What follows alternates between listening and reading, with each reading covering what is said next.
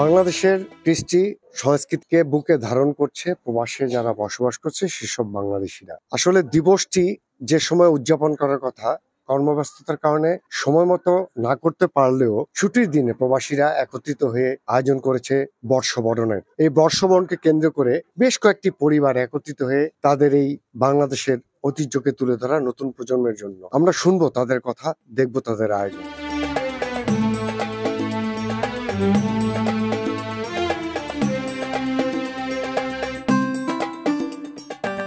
আমরা আশেপাশের শহরগুলো থেকে এসে একত্রিত হয়েছি। একত্রিত হওয়ার উদ্দেশ্যটা হচ্ছে বৈশাখ এবং আমাদের যে পরবর্তী যে প্রজন্ম তাদের কাছে আমাদের বাংলাদেশের কৃষ্টি কালচারকে মানে উপস্থাপন করা। আমরা কিভাবে বড় হয়েছি, আমাদের যে ঐতিহ্যটা, আমাদের যে কালচার, নববর্ষের যেই ব্যাপারগুলো, সেখানে আমাদের এখানে আছে সাদা ভাত, ইলিশ মাছ, এখানে আছে বিভিন্ন রকমের ভর্তা। আপনি দেখতে পাচ্ছেন এখানে আলু ভর্তা, শুটকি ভর্তা, কালিজিরা ভর্তা, বিভিন্ন ধরনের ভর্তা, ধনেপাতা ভর্তা, মরিচ ভর্তা, তারপরে বাদাম ভর্তা আছে। আমাদের দেশীয় মিষ্টির আয়োজন, তারপরে আছে এখানেও দেখেন আপনার পিঠার আয়োজন আছে বেশ কিছু।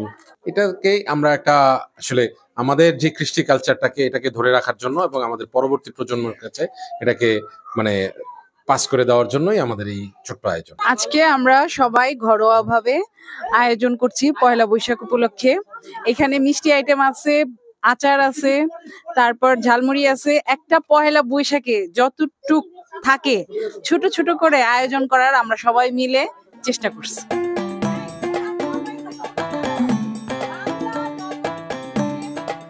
এই প্রবাসের মাটিতে আমরা আসলে চেষ্টা করেছি আমাদের পরবর্তী প্রজন্ম, আমাদের পরিবার সবাইকে নিয়ে আমরা চেষ্টা করেছি যে বাঙালিয়ানাটাকে কিছুটা হলেও সবার মধ্যে ফুটিয়ে তুলতে।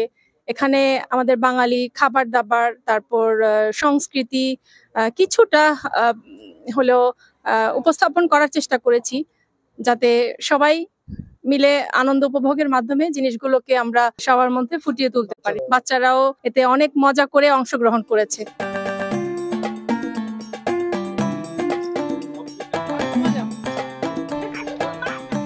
প্রবাসের মাটিতে এই নববর্ষ উদযাপন আসলেই দেশকে মনে করিয়ে দেয় দেশের আনন্দ।